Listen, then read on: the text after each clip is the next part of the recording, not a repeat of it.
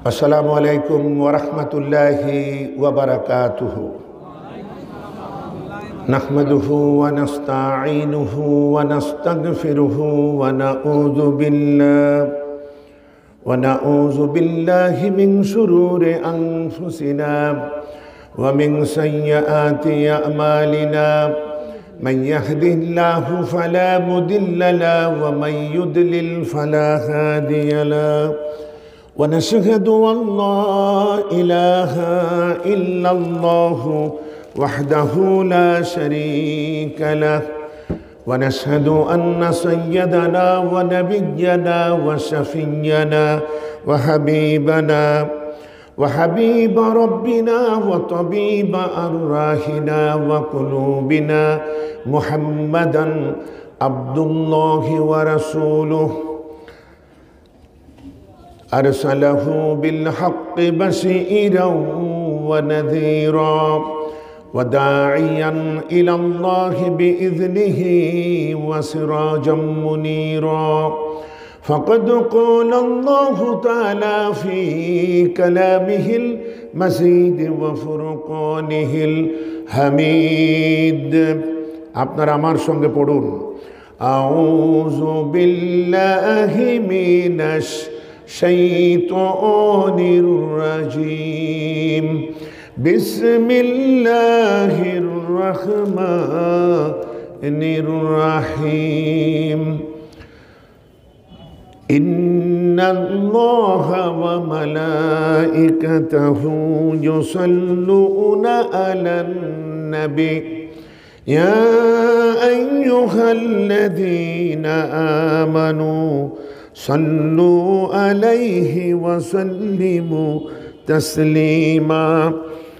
আল্লাহুম্মা সাল্লি আলা মুহাম্মাদ ওয়া আলা আলি মুহাম্মাদ কামা সাল্লাইতা আলা ইব্রাহিম ওয়া আলা আলি ইব্রাহিম ইন্নাকা হামিদুম মাজিদ। আল্লাহুম্মা বারিক আলা মুহাম্মাদ ওয়া আলা আলি মুহাম্মাদ كما باركت على إبراهيم وعلى آل إبراهيم إنك حميد مجيد। আজকের এই নগর আজিরন রাবেয়া মহিলা আলিম মাদ্রাসার উন্নয়ন কল্পে আয়োজিত 51তম বার্ষিক তাফসিরুল কোরআন মাহফিল 2025-এর 23শে জানুয়ারি অনুষ্ঠিত হচ্ছে নগর আজিরন রাবেয়া মহিলা আলিম মাদ্রাসা ময়দান, শাহজাহানপুর, বগুড়া। এই পবিত্র মাহফিলে সম্মানিত অতিথিবৃন্দ, বিশেষ অতিথিবৃন্দ, সুধীমণ্ডলী, দিনদার ইমানদার মুসলমান ভাইয়েরা, পর্দার আড়ালে আমার সম্মানিতা মায়েরা, বোনেরা, মেয়েরা এবং এই মহিলা আলিম মাদ্রাসার স্নেহাস্পদ ছাত্রীবৃন্দ, সম্মানিত শিক্ষকবৃন্দ, সুধীমণ্ডলী, এ প্রজন্মের কিশোর, তরুণ, যুবকেরা, শিশুরা, আমি আবারও সালাম দিচ্ছি, আসসালামু আলাইকুম ওয়া রাহমাতুল্লাহি ওয়া বারাকাতুহু।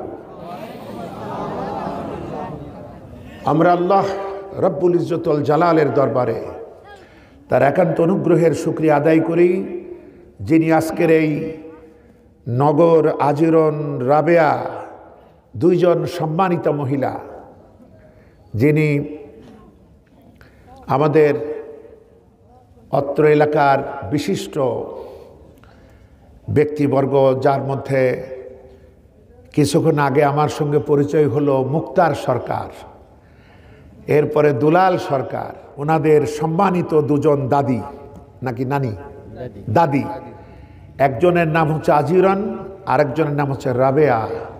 আল্লাহ পাক আমাদের এই সম্মানিতা মাতৃদ্বয়কে আল্লাহ যেন রহম করেন। মানুষ হিসাবে ভুল ত্রুটি থাকলে আল্লাহ যেন নিজ গুণে তাদেরকে ক্ষমা করে দেন। যাদের গর্ভ থেকে পৃথিবীতে যারা এসেছেন, তাদের মাধ্যমে আজকের এই সুন্দর মাদ্রাসাটি প্রতিষ্ঠিত হয়েছে। এমন এক সময় যখন নারী শিক্ষার কোনো গুরুত্ব লোকেরা বুঝতো না, তখন তারা এই ময়দানে নিজেদের কষ্টার্জিত সম্পত্তি সম্পদ তারা মানবতার খেদমতে দিয়েছেন। আল্লাহ পাক তাদেরকে দিন ইসলামের খেদমতে আরও বেশি বেশি করে কবুল করুন, আমরা বলি আমিন। বন্ধুগণ, আমরা যারা এখানে বিগত 51 বছর ধরে যারাই যে সমস্ত আলেম দ্বীন সাহেবে ইলম তারা এখানে মূল্যবান বক্তব্য পেশ করেছেন, আল্লাহ পাক সকলের খেদমত থেকে এ প্রজন্ম এবং আমাদেরকেও উপকৃত হওয়ার তৌফিক দিন। আল্লাহ পাক আজকের এই মাহফিলকে সব দিক থেকে কবুল ও সফল ও সার্থক করুন, আমরা বলি আমিন। বন্ধুগণ, আমি এই প্রচণ্ড ঠান্ডায় আপনাদেরকে বেশি কষ্ট দেব না, তাই বলে এখনই শেষ করব তাও কিন্তু না। হ্যাঁ, কিন্তু আপনাদের মনোযোগ চাই, শ্রোতাদের মাধ্যমেও বক্তা অনুপ্রাণিত হয়, যে কোনো গোরস্থান কিংবা কবরস্থান এইটা যেন মনে না হয়। এজন্য আপনারা প্রয়োজনীয় কথাগুলির জবাব দিবেন, যেখানে সুবহান আল্লাহ আলহামদুলিল্লাহ পড়তে হয়, আল্লাহু আকবার বলতে হয়, এগুলো আপনারা স্বতঃস্ফূর্ততার সাথে বলবেন। রাজি আছেন তো আপনারা? বন্ধুগণ, যেহেতু এটা একটা বিদ্যাপীঠ, এটা কি বিদ্যাপীঠ, শিক্ষাঙ্গন। বন্ধুগণ, নেপোলিয়ান কবে একটি কথা বলেছিল, আমাদের বুঝতে অনেক সময় চলে গেছে। তিনি বলেছিলেন, আমাকে একটা শিক্ষিতা মা দাও, তাহলে আমি তোমাদেরকে শিক্ষিত জাতি উপহার দেব। অথচ নেপোলিয়ানেরও প্রায় 1000 বছর আগে মহানবী সাল্লাল্লাহু আলাইহি ওয়াসাল্লামের উপর আল্লাহ পাকের ফাইনাল গ্রন্থ, পরিপূর্ণ গ্রন্থ কোরআনে কারীমে সর্বপ্রথম লেখাপড়ার কথা বলা হয়েছে। কোরআনে কারীমের যেই সূরার 5খানি আয়াত নাজিল হলো, আজকে আমি আপনাদেরকে ওর প্রথম আয়াত থেকেই যতটুকু পারি বলবো ইনশাআল্লাহ। নবীজি তার প্রথম জীবনে যখন তার বয়স হলো 17, তখন মক্কাতে আগে থেকেই একটা সংগঠন প্রতিষ্ঠিত ছিল, ওইটার নাম কি? হিলফুল ফুজুল, শ্রেষ্ঠ প্রতিজ্ঞা। তারা ওই রকম জাহিলি জামানায় এমন কিছু প্রতিজ্ঞাবদ্ধ হয়েছিলেন যা দ্বারা সমাজের সংস্কার সাধন করা যায়। আমরা সংস্কারের কথা শুনছি না? শুনছি কি না? এটা ভালো কথা, সংস্কার হতেই হবে। অর্ধ শতাব্দীরও বেশি সময়কালে যারা ক্ষমতায় এসে হাজারো নোংরামি, এই জাতির উপরে দুর্নীতি, নোংরামি, জুলুম, সব শেষে গুম, খুন, অবিচার, হত্যা এগুলা চাপায় দিয়ে তারা শেষে তাদের গুণধর বংশধরকে ফেলে রেখে অবশেষে তারা পালিয়ে গেল দাদাবাবুর দেশে। বন্ধুগণ, সুতরাং এত জঞ্জাল, এত নোংরা, এগুলো পরিষ্কার না করলে আবার যদি কেউ বসার পরই তো খাওয়া দাওয়া শুরু হয়ে যায়। সুতরাং একটু পরিষ্কার তো করতে হবে। আগের যারা খেয়ে গিয়েছে এ সমস্ত থালা, ঘটি, বাটি, টেবিল, চেয়ার এগুলো তো পরিষ্কার করতে হবে, এই সময়টুকু দিতে হবে। সুতরাং মক্কাতে সংস্কারের কাজ করত হিলফুল ফুজুল। নবীজি সেখানে যুক্ত হলেন তার 17 বছর বয়সে নেতৃত্বের ময়দানে। নবীজির জীবনে 2খানি 23 বছর আছে। একটি তিনি নবুয়ত লাভ করেন 40 বছর বয়সে। 17 থেকে 40 বিয়োগ করেন কত হয়? বেঁচে ছিলেন 63 বছর। 63-র সঙ্গে 40 বিয়োগ দেন, কত হলো? 23। প্রথম 23, শেষ 23, এই 2টা 23 নবীজির জীবনে আছে। হিলফুল ফজুলের সংস্কারের জন্য তাদের কয়েকটি গুরুত্বপূর্ণ প্রতিজ্ঞা ছিল। একটা হলো, এই সমাজে দুস্থ অসহায় মানুষের পাশে আমরা দাঁড়াবো, জালিমকে আমরা প্রতিরোধ করব, মাজলুমের সহায় হব এবং এই মক্কায় মুআজ্জমায় আমরা শান্তি এবং শৃঙ্খলা প্রতিষ্ঠা করব। এই সিদ্ধান্ত নিয়ে নবীজি এবং তার সাথীরা একসাথে মিলে কাজ শুরু করলো 23 বছর ধরে, কিন্তু আকাঙ্ক্ষিত ফল ফলল না।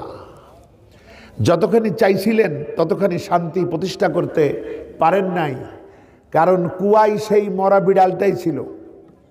লোকেরা যতই পানি তোলে, হুজুর বলেছে 40 বালতি পানি তুললে কুয়ার পানি পাক হবে। গ্রামবাসী 40 বালতি পানি তুলল, কিন্তু মরা বিড়ালটা তোলে নাই। তাহলে কি পাক হবে নাকি ভাই? তা আবু জাহিলের মতো নেতা যে সমাজে বাস করে, আবু লাহাবের মতো যারা এখানে বাস করে, সেসবগুলো রেখে কি আর সংস্কার হয়? সুতরাং যতখানি চাইছিলেন, নিয়তের কোনো ত্রুটি ছিল না, আন্তরিকতার কোনো ঘাটতি ছিল না, কিন্তু তারা যে কাজ করছিলেন সেই কাজটা করেছেন মাথার বুদ্ধি দিয়ে, কারণ তখনও ওহী আসে নাই, ঠিক না ভাই? যে জন্য আব্দুল্লাহর ছেলে মুহাম্মদ হিসাবে এত সুন্দর নৈতিক মানসম্মত যুবক, যাকে ওই সমাজের লোকেরা তার নৈতিকতা চরিত্র দেখে মুগ্ধ হয়ে বলেছিল আল আমিন, আস-সাদিক, সত্যবাদী এবং বিশ্বাসী। এত বড় উপাধি নিয়ে কাজ করেও তিনি আকাঙ্ক্ষিত ফল পান নাই, কারণ আসল মেডিসিন তার হাতে ছিল না তখন। এইটা হলো মানবতার আসল মেডিসিন, সৃষ্টির মুক্তি এবং শান্তির গ্যারান্টি আল কোরআনে কারীম। বলেন আলহামদুলিল্লাহ। এজন্য যতখানি চাইছিলেন পান নাই বলেই মন খারাপ করে এ সমাজ থেকে দূরে তিনি জঙ্গলি পাহাড়ে, জঙ্গল ঘেরা পাহাড়ে, মরুভূমি ধুধু অপরদিকে, সেই পাহাড়ের শীর্ষ দেশে, জাবালে নূরের শীর্ষ দেশে হেরা গুহায় বসে চিন্তান্বিত হলেন, ভাবতে লাগলেন জীবনের সবটুকু দিয়েও তো এই সমাজটাকে ভালো করতে পারছি না, কি করা যায়? এবার আপনারাই বলেন তো। এটা হলো প্রথম 23। পরের 23-এ তিনি এই গুহা থেকেই পেলেন 5খানি আয়াত সূরাতুল আলাকের। তার প্রথম আয়াতটি কি? ইকরা বিসমি রব্বিকাল্লাযী খলাক। পড়ো তোমার রবের নামে। কার নামে পড়তে হবে?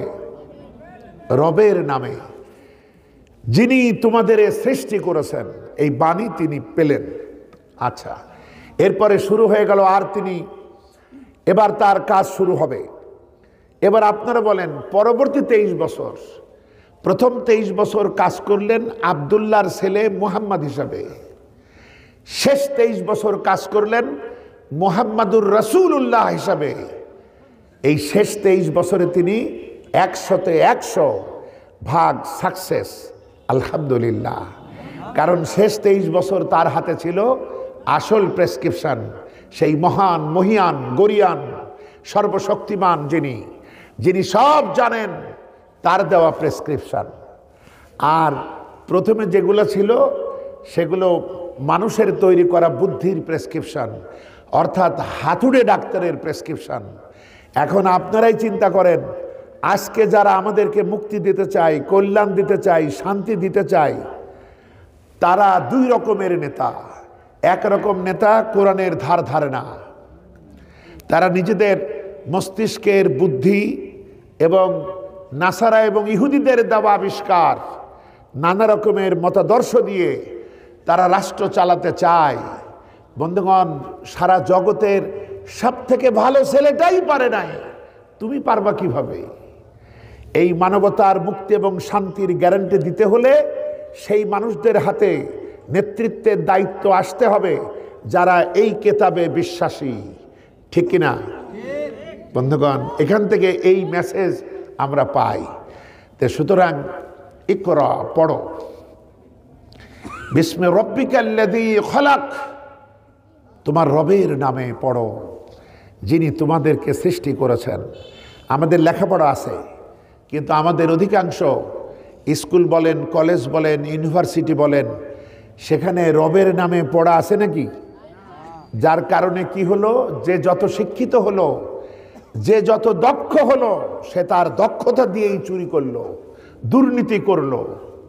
বন্ধুগণ, এর মধ্য থেকে মরুদ্যানের মতো আপনাদের এলাকায় এই যে নগর আজিরন রাবিয়া মহিলা আলিম মাদ্রাসা, এটা আপনাদের জন্য রহমত। আমরা বলি আলহামদুলিল্লাহ। যদি আজকে আমাদের মেয়েরা, মায়েরা যাদের হাতে আমাদের সন্তানেরা লালিত পালিত হবে, সেই মা যদি সুশিক্ষিতা হয়, কোরআন সুন্নাহ অনুযায়ী নিজেদের ব্যক্তিত্ব গঠন করে, তাহলে তাদের কোল জুড়ে আসবে ইমাম হুসাইনের মতো শিশুরা, ইমাম হাসানের মতো শিশুরা, ঠিক কিনা বন্ধুগণ? সুতরাং না হলে মা ফাতিমা, যাকে আমরা বলি হযরতে ফাতিমাতুজ জহরা রাদিয়াল্লাহু তাআলা আনহা, তিনি তার সন্তানদেরকে জুজু বুড়ির ভয় দেখান নাই, বিড়াল দেখে কুকুর দেখে ভূত দেখে ভয় দেখান নাই। তিনি সন্তানদেরকে শুধু আল্লাহকে ভয় করা শিখিয়েছিলেন। তাই মাত্র কয়েকজন সাথী নিয়েই তারা অত বড় প্রতিষ্ঠিত ইয়াজিদ সরকারের মোকাবেলা করতে সক্ষম ছিল। বলেন আলহামদুলিল্লাহ। সুতরাং মা যদি ইমানদার হয়, ছাগুলাও ইমানদার হবে এবং আল্লাহ ছাড়া আর কাউকে ডরাবে না। আলহামদুলিল্লাহ। তো বন্ধুগণ, নবীজি হেরা গুহায় ধ্যানমগ্ন ছিলেন। লাইলাতুল কদরের এক রাতে, গভীর অমাবস্যার মতো রাত, কিচ্ছু দেখা যায় না, নিজেকেও দেখা যায় না, এরকম একটা রাত তিনি বসে আছেন। হঠাৎ করে গুহা আলোকিত হলো এবং এক অচেনা এক সুদৃঢ় চেতা ব্যক্তিত্ব তার সামনে এসে দাঁড়ালো। চিন্তা করুন তো, কেমন ভয় লাগতে পারে, যেটা তার কল্পনার একেবারে বাইরে। তিনি এসেই বলছেন, পড়ো। নবীজি বলছেন, আমি পড়তে জানি না। সে এবার নবীকে আলিঙ্গনাবদ্ধ করলো, ছেড়ে দিল। একটা অপরিচিত লোক যদি রাতের আধারে এইভাবে বুকে চেপে ধরে, কেমন লাগে? এভাবে বারবার 3 বার নবীজিকে চাপ দিল। সর্বশেষ চাপটা এত কঠিন হলো, নবীজির মনে হলো জানটাই বোধহয় বের হয়ে যায় নাকি। এরপরে সূরাতুল আলাকের প্রথম 5খানি আয়াতে কারিমা দিয়ে আল্লাহ পাকের এই মহান ফেরেশতা, মহাশক্তিমান হযরতে জিবরিল আমিন, তিনি বিদায় হয়ে গেলেন। মহানবী এখানে ভয়ে আর থাকতে পারলেন না, কারণ তিনি কোনোদিনও কল্পনা করেননি এত বড় গুরুভার তার উপরে আসবে। সুতরাং নবীজির নিরক্ষরতাই প্রমাণ করে তিনি আল্লাহর নবী। বলেন আলহামদুলিল্লাহ। এ কোরআন তার রচনা না, আল্লাহর দেওয়া জ্ঞানের একটা মাত্র কিতাব কোরআন, আর সবকিছু হলো মানুষের তৈরি করা কিতাব। এই কোরআনের কষ্টি পাথরে সমস্ত কিতাব যাচাই করে আমাদেরকে গ্রহণ করা লাগবে। এটাই হলো মৌলিক কিতাব, এর বাইরে কোনো জ্ঞান নাই। জ্ঞানের মূল কিতাব এইটা, এবং জ্ঞানের একমাত্র মালিক কে বলুন? যে জন্য আমাদেরকে শেখানো হয়েছে যে জ্ঞান চাইতে হলে আমার কাছে চাও, রব্বি জিদনি ইলমা। হে আমাদের রব, তুমি আমাদের জ্ঞানটা বাড়াও। জ্ঞানের আসল মালিকানা আল্লাহর কাছে। বন্ধুগণ, আপনি সব কিছু পড়তে পারবেন, কিন্তু তার আগে এইটা বুঝতে হবে। কিন্তু দুঃখজনক সত্য হলো, স্বাধীনতার পর 54 বছর পার হলো, এত স্কুল কলেজ বিশ্ববিদ্যালয়ে আমরা লেখাপড়া করলাম, কিন্তু কোথাও আমার জীবনের লক্ষ্যটা কি এইটা শেখানো হলো না। আমাকে আপনাকে কেন তৈরি করা হয়েছে এটা বোঝানো হলো না, বরং যা বোঝালো তার দ্বারা আমরা মানুষ হইতে পারলাম না। আমাদের বাদরামি বলে দেয় আমরা আসলে দানবে পরিণত হয়েছি। আমাদের শিখায়নি লক্ষ্যটা কি। কোরআনে কারীমে সূরা যারিয়াত এর 56 নম্বর আয়াত, ওয়ামা খালাকতুল জিন্না ওয়াল ইনসা ইল্লা লিয়াবুদুন। আমি মানুষ আর জিনকে একমাত্র কিসের জন্য সৃষ্টি করেছি? আমার ইবাদতের জন্য। আর কি হিসাবে আমাদের দায়িত্ব দেওয়া হয়েছে? সূরাতুল বাকারার 30 নম্বর আয়াত, ইন্নী জাইলুম ফিল আরদি খলিফা। আমাদেরকে এই জমিনের খেলাফত দেয়া হয়েছে, আমরা আল্লাহর প্রতিনিধি। এই হিসাবে আমাদেরকে দায়িত্ব পালন করতে হবে। তো যে যার প্রতিনিধি, সে কিন্তু তার মেসেজই পৌঁছাবে, সে নিজের কথা বলবে না। এই যে দেখেন না, রিপ্রেজেন্টেটিভরা বিভিন্ন ঔষধ কোম্পানির, তারা ডাক্তারের কাছে আসে, দোকানে আসে, এসে কি নিজের কথা, নিজের বাপের কথা বলে নাকি? বরং যে কোম্পানিতে যে চাকরি করে, ওই কোম্পানি তাকে যে কথা শিখাইছে সেইটাই বলতে হয়। তা আমরা কার প্রতিনিধি, কার খলিফা? সুতরাং তিনি আমাদের এইটা শিখাইছেন। আমি আপনি কথা বললেই এইটা বলতে হবে। বলেন আলহামদুলিল্লাহ। আমার ভাইরা, আমার মা বোনেরা, ভালো করে শুনুন। কথা বলতে হলে এখান থেকে বলতে হবে। এর বাইরে যদি নিজেদের মন গড়া কোনো কথা আমরা মানবতাকে বলতে থাকি, তাহলে প্রতিনিধির দায়িত্ব পালন করা হবে না, তখন হবে গডফাদার। গডেরও আবার নাকি ফাদার আছে। তো বন্ধুগণ, এরকম হবে। আমাদেরকে এই মেসেজ পৌঁছাতে পারতে হবে, এজন্য তার কাছে জ্ঞান চাইতে হবে। তো বন্ধুগণ, সাহাবারা এই কোরআন যখন পড়তেন, পড়ে তাদের জ্ঞান বাড়তো না কমতো? আর আমরা এমনভাবে পড়ি, আমাদের জ্ঞানও বাড়ে না, আরও আমরা ধীরে ধীরে দুর্বল হই। কারণ আমরা তো বুঝে পড়ি না। এই একটা কিতাবের কাছে এসে আমরা বেবুঝ হই, অবুঝ হই। অথচ আমাদের বাচ্চারাও যে বইটা পড়ে সেটা বুঝেই পড়ে। আর আমরা বয়স্ক শিশুরা আমরা এটা বুঝে পড়তে চাই না। বন্ধুগণ, এটা বুঝতে হবে। কেন বুঝতে হবে? এটা তেলাওয়াত আমি কেন করি? সোয়াবের জন্য না, লক্ষ্য উদ্দেশ্য বুঝতে হবে। এটা তেলাওয়াত করি বুঝার জন্য। বুঝবো কেন? মানবো এই জন্য। মানবো কেন? আল্লাহর বান্দা হব তাই। বান্দা কেন হব? কারণ এই বান্দাদের জন্যই আল্লাহ জান্নাত রেখেছেন। আচ্ছা, সেই জান্নাতে কেমনে যাব? মাবুদ মেহেরবানের সন্তুষ্টি নিয়ে। বলেন আলহামদুলিল্লাহ। সুতরাং এই কথাগুলি আমাদের মনে রাখতে হবে। আমি যদি আরবিতে বলি, আপনার পিছনে একটা সাপ, আরবিতে বলি, যারা আরবি বোঝে না তারা মনে করতেই পারে হুজুর বোধহয় সোয়াবের কথা বলছে, সুবহানাল্লাহ পড়তে পারে। কিন্তু যদি মাতৃভাষায় বুঝাই দেয়া হয় তোমার পিছনে একটা সাপ, শোনা মাত্রই বিশ্বাস হবে না? তখন কেউ দেখতে যাবে না, বলবে না আগে দেখি তারপরে বিশ্বাস করতাম। না দেখেই বিশ্বাস হবে। তাহলে জানা হলো, বিশ্বাস হলো, এরপরে বাপরে বাপ বলে একটা লাভ দিলেন, ওটাই আমল। তাই সুতরাং আমরা যদি কোরআন জানি, আমাদের ঈমান হবে মজবুত। আর ঈমান যদি মজবুত হয়, আমলগুলা হবে সহি শুদ্ধ।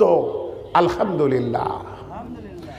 আমার ভাইরা, আমার মা বোনেরা, সাহাবারা তাই বলতেন, আমরা কখনো নবীজি থেকে 10টি আয়াতের উপরে শিখতাম না।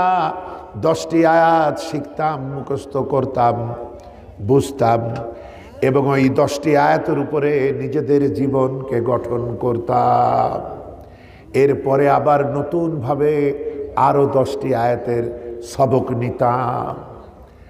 যার কারণে সাহাবীরা যখন রাস্তা দিয়ে পথ চলত, তখন ভিন্ন সম্প্রদায়ের লোকেরা সাহাবাদেরকে দেখে বুঝতে পারত এ তো শুধু আমাদের মতো মানুষ চলতেছে না। তারা তাদেরকে দেখে এই কোরআনের সবক, এই কোরআনের সুশিক্ষা তারা পেয়ে যেত। সুবহানাল্লাহ। কারণ সাহাবরা ছিল কোরআনওয়ালা মুসলিম, আর আমরা হয়েছি আদমশুমারির মুসলিম। এটাই হলো তাদের সঙ্গে আমাদের পার্থক্য। বন্ধুগণ, তাই বলে সবাই না, কিন্তু বেশিরভাগ। কারণ শিক্ষা ব্যবস্থা আমাদের নষ্ট হওয়ার জন্য এই অবস্থা হয়েছে। আমাদের পড়া আছে রবের নামে নাই, আল্লাহকে, আল্লাহর তাওহীদকে চেনানো হয় নাই, আমাদেরকে চেনানো হয় নাই নবীদের মিশন রিসালাতকে, চেনানো হয় নাই এ দুনিয়ার পর আরেকটা অনন্তকালের মতো জীবন আছে যেটার নাম আখিরাত। ওইটা চেনানো হয় নাই বলে এই দেশে কদিন আগেও শুধু পুকুর চুরি হয় নাই, সাগর চুরি হয়েছে। জনতার লক্ষ কোটি বিলিয়ন অর্থ দুর্নীতির সাহায্যে পাচার করা হয়েছে। কারণ ওরা মনে করেছে দুনিয়া কা মজা লেলো, দুনিয়া তুমারি হায়। এরা মনে করেছে দুনিয়ায় আমাদের সব, আখেরাত আবার আছে নাকি। সুতরাং সংস্কার কার্যক্রম শিক্ষা ব্যবস্থা থেকে শুরু হতে হবে। বন্ধুগণ, মহানবী প্রথমত এই 5খানি আয়াত পেলেন, নিয়ে তিনি বুঝলেন প্রথম কাজ হলো জ্ঞান অর্জন করা। কারণ আমি যদি পথ না চিনি আমি চলবো কিভাবে? এই যে আমি আসতে গিয়ে কত জায়গায় জিজ্ঞাসা করতে হয়েছে, কারণ আমি এই পথটা চিনতাম না। আপনারা চিনেন, সহজে চলে যান, সহজে আসতে পারেন। সুতরাং জানার কোনো বিকল্প নেই, জানলেই মানা হবে। মহানবী কি করলেন জানেন? দেখুন, মহানবী একদিকে যেমন as-সাদিক, এরপরে আল আমিন, নবীজির জোড়াটাকে আমাদের আম্মাজান হযরতে খাদিজা রাদিয়াল্লাহু তাআলা আনহা, তিনি আমাদের আম্মাজান। ওই সমাজ থেকেই তার পুত পবিত্র চরিত্রের কারণে সমাজ থেকে তার উপাধি কি ছিল? আত-তাহিরা, সুবহানাল্লাহ, পবিত্রা। কিরকম কম্বিনেশন আল্লাহ পাক মিলাই দিয়েছে, সোনাই সোহাগা আমরা বলি। তে একদিকে তিনি আল আমিন, একদিকে তিনি সত্যবাদী, অপরদিকে পবিত্রা। আমাদের মা ছিলেন তার স্ত্রী। বন্ধুগণ, 40 বছরের বয়স যখন মহানবীর হলো, তখন তিনি ওহীপ্রাপ্ত হলেন এবং স্ত্রীর সাথে তার মধুর বন্ধন এত সুন্দর ছিল। বন্ধুগণ, এটাই নৈতিকতার প্রমাণ। আপনি আমি যদি প্রকৃত তাকওয়াবান মুত্তাকি হই, তাহলে আমাদের চোখে গায়িকা, নায়িকা, মডেলিং এগুলা বিশ্ব সুন্দরী হবে না। বিশ্ব সুন্দরী হবে সেই স্বামীর কাছে তার স্ত্রী, আর তার স্ত্রীর কাছে হবে তার স্বামী। এটা যখন হবে, পরকীয়া, অশ্লীলতা, নির্লজ্জতা যখন ধ্বংস হবে, তখন বুঝবো আমি মুত্তাকি। আলহামদুলিল্লাহ। বন্ধুগণ, নবীজির কাছে তার স্ত্রী কতখানি প্রেমময়, ভালোবাসা এবং আস্থার প্রতীক ছিল। এই গুহা থেকে সেই গভীর রাতে তিনি থরথর করে কাঁপতে কাঁপতে যখন নেমে এলেন, কোনো নেতাদের কাছে যায় নাই, কোনো বন্ধুর কাছে যায় নাই, এসেছেন তিনি তার স্ত্রীর কাছে। আলহামদুলিল্লাহ। বন্ধুগণ, স্ত্রীকে শুধু স্ত্রী বানায় রাখলে হবে না, স্ত্রীকে বন্ধু বানাইতে হবে। যত ব্যথা, যত কথা তাকে বলতে হবে। এটা মনে করলে হবে না যে ওরা আবার কিছু বোঝে নাকি, সব বুঝি আমি, এই চিন্তা বাদ দেবেন। দেখেন না, কম্পিউটার চালাতে গেলে অনেকক্ষণ চালানোর পর হঠাৎ করে কাজ করে না, হ্যাং হয়ে যায়। মোবাইলও অনেক সময় কাজ করে না, তখন কি করতে হয়? অফ করতে হয়, আবার অন করতে হয়, তখন আবার কাজ করে। আমরা আমাদের যত বুদ্ধিই থাক, সমস্ত টেনশনের ঝড়গুলো আমাদেরকে আক্রমণ করে। এজন্য মাঝে মাঝে আমাদের ব্রেনটাও হ্যাং হয়ে যায়। কিন্তু আমাদের বাড়িতে যারা আছে, আমাদের চাইতে শিক্ষা কম হলেও তাদের যদি আপনি তাদের সাথে ভালো ব্যবহার করতে পারেন, তাহলে তাদের মাথাটা ঠান্ডা থাকে। নবীজির জীবনের হুদাইবিয়া নামক স্থানে, হুদাইবিয়ার সন্ধি যখন হলো, সাহাবীদের সমগ্র কালের ইতিহাসে এই একটি দিন সাহাবেরা নবীজির কথা শুনছিল না, মানছিল না। নবীজি বলছেন, আমরা আর মক্কাতে উমরায় যাব না, এখান থেকে আমরা ব্যাক করব। ওদের সাথে সেভাবেই চুক্তি হয়েছে, এখানেই তোমরা কুরবানি করো। সাহাবারা কথা না শুনে চুপ করেছিল। নবীজি মন খারাপ করে তাঁবুর ভিতরে ঢুকলেন। নবীজি যেখানেই যেতেন, যুদ্ধে গেলেও সাথে থাকতো তার কোনো না কোনো স্ত্রী। আমরা বলি আলহামদুলিল্লাহ। এবং তখন তার সঙ্গে ছিলেন আমাদের আরেক মা, হযরতে উম্মু সালামা রাদিয়াল্লাহু তাআলা আনহা।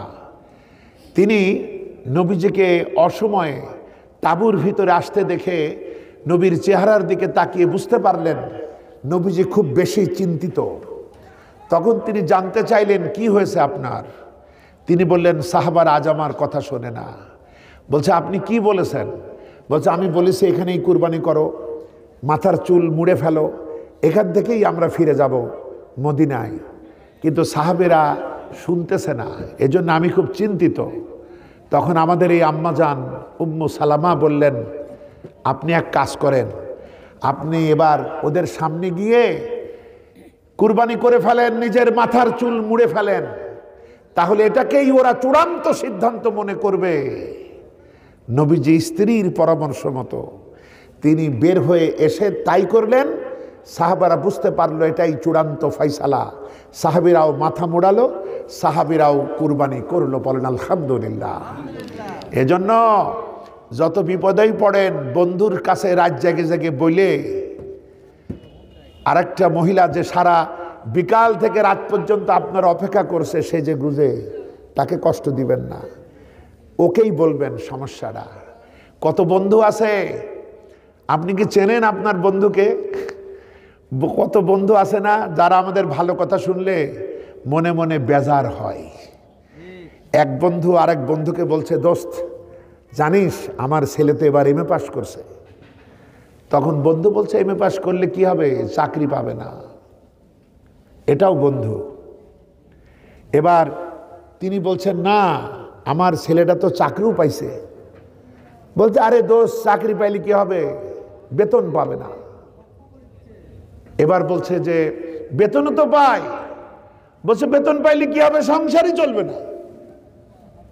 এরকম বন্ধু আছে না, ভালো কিছু দেখতে পারে না। বন্ধুগণ, সমস্যাগুলো আপনার জীবনের সাথে জড়িয়ে আছে। যে স্ত্রী, তার সঙ্গে কথা বলুন, দেখবেন চমৎকার কিছু কথা বলে ফেলবে। আর দোয়া শুধু হুজুরদের কাছে চাবেন না, বোর কাছেও দোয়া চাবেন। কারণ আপনার খাবারটা হারাম হলেও হতে পারে, আমার খাবারও হারাম হলেও হতে পারে, কিন্তু স্ত্রীর খাবার কিন্তু হালাল, আলহামদুলিল্লাহ। সুতরাং দোয়া কবুলের একটা গুরুত্বপূর্ণ শর্ত হলো হালাল রুজি। মেয়েরা কিন্তু হালাল খাবারই খায়, আপনি কোত্থেকে আনেন আপনার ব্যাপার, কিন্তু ওরা কিন্তু হালাল খাবার খায়। ওদের কাছে দোয়া চাইবেন, ওরা যে দোয়া দেবে আন্তরিকতার সাথে ওই দোয়া কবুল হবে, আলহামদুলিল্লাহ। কিয়ামতে কারো সার্টিফিকেট কাজে আসবে না। কিন্তু বউ যদি বলে ফেলে, হে আমার রব, আমার স্বামীটা ভালো মানুষ ছিল, এটা কাজে লেগে যাবে। কারণ মহানবী বলেছেন, তোমাদের ভিতরে সেই ব্যক্তি উত্তম যে তার স্ত্রীদের কাছে উত্তম, আর আমি বিশ্বনবী আমার স্ত্রীদের কাছে উত্তম। সুবহানাল্লাহ। একটা মানুষ কত ভালো কত খারাপ এটা বউ থেকে লুকানো যায় না, সে জানে। আমাদের মহান রাসূল নেমে এলেন, এসে কাঁপতে কাঁপতে ভয়ে বিবর্ণ হয়ে আম্মাজান খাদিজার কাছে এসে বলছেন, খাদিজা জাম্মিলুনি জাম্মিলুনি, আমার এই কম্বল দ্বারা আচ্ছাদিত করো, চাদর দিয়ে কাপড় দিয়ে আচ্ছাদিত করো, বোধহয় আমি বাঁচব না। আমার এটা কি হলো, কি দেখলাম? আমাদের আম্মাজান তাকে সুন্দরভাবে তাকে উষ্ণতা দিলেন, যাতে তার ঠান্ডা হয়ে গেছে হাত পা, এগুলাকে চেপে রাখলেন। যখন এরপরে তিনি নবীজিকে সাহস যোগাচ্ছেন। আমাদের জাতীয় কবি কি বলেছেন, কোন কালে একা হয়নি কো জয়ী, পুরুষের তরবারি প্রেরণা দিয়েছে, শক্তি দিয়েছে বিজয় লক্ষ্মী নারী। আমরা বলি আলহামদুলিল্লাহ। হযরতে খাদিজা, আল্লাহ তার প্রতি তার অফুরান রহমত বর্ষিত করুন, আমরা বলি আমিন। তিনি বলছেন, সহিহ আল বুখারী 4590 নম্বর হাদিস, তাফসীর অধ্যায়,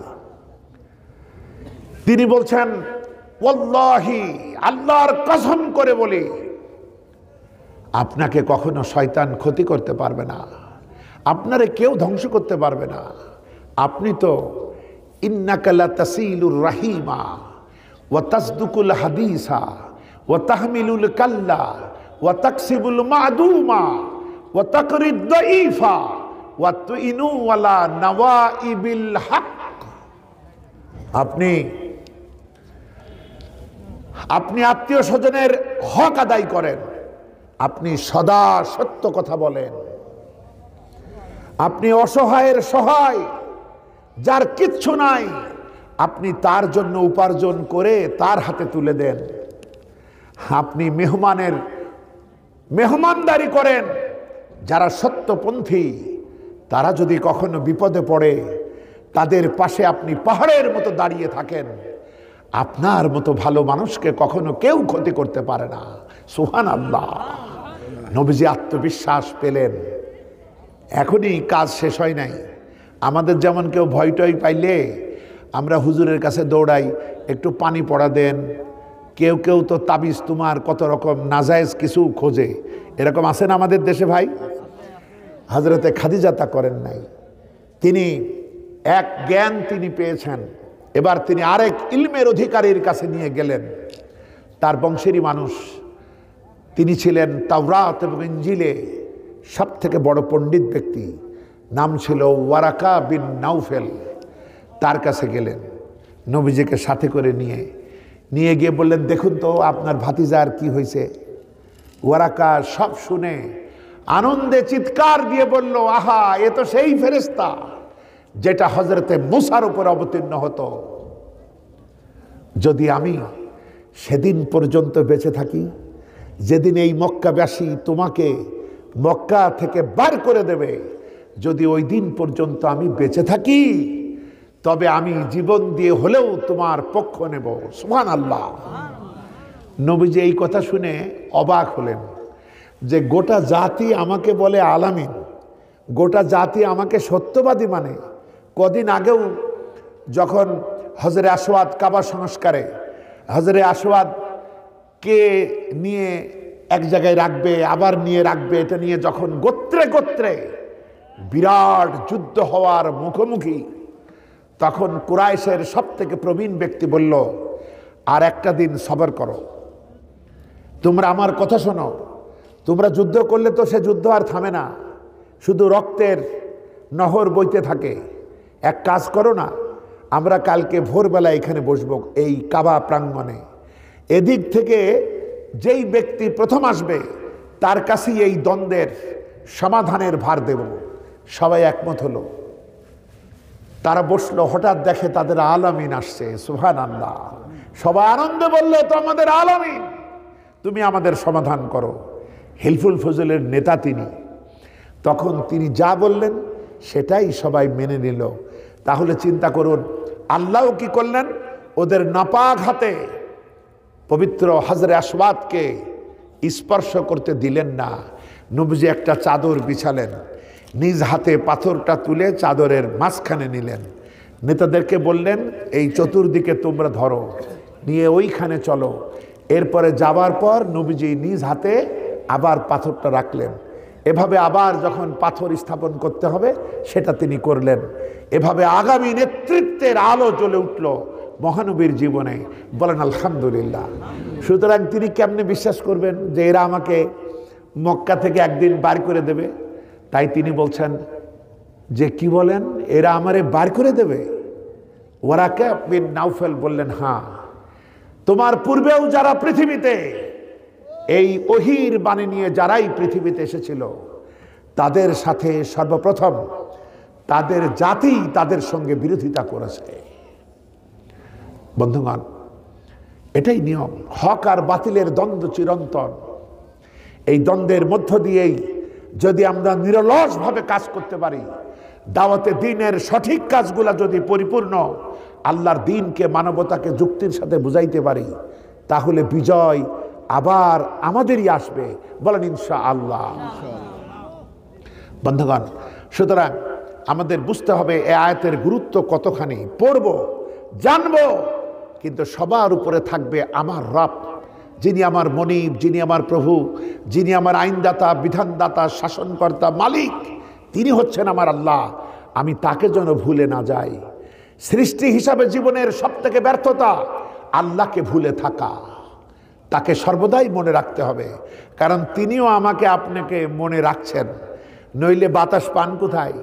এই যে যদি 1-2 মিনিট বন্ধ করে দেয় নাকের অক্সিজেন, আমরা কি কেউ বাঁচতে পারবো? বন্ধুগণ, সুতরাং তাকে আমাদের স্মরণ করতে পারতে হবে। আমার ভাইয়েরা, যে জন্য শিক্ষা ব্যবস্থাকে ঠিক করতে হবে। এই যে মহিলা মাদ্রাসা, এটা আমাদের গর্বের। এখানে আমাদের মেয়েরা কোরআনে কারীম শিখছে। আল্লাহ যেন এখান থেকে এ জামানার ফাতিমা, আয়েশা, খাদিজা যেন তৈরি করেন।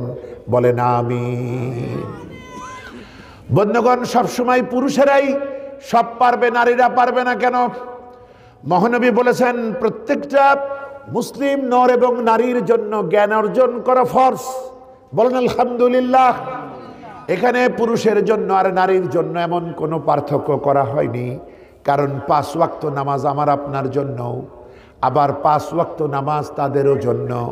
কিছু কিছু ছোটোখাটো পার্থক্য আছে, তাছাড়া 5 ওয়াক্ত নামাজ তাদেরকেও পড়তে হয়। তারা, তাদের প্রতি আল্লাহর বিশেষ মেহেরবানি আছে। পুরা মাসের সব দিন তাদেরকে একটা বিশেষ সময়ে পড়তে হয় না, কিন্তু আমাদেরকে একটু বেশিই পড়তে হয়। যার যেমন যোগ্যতা তাকে করতে হয়।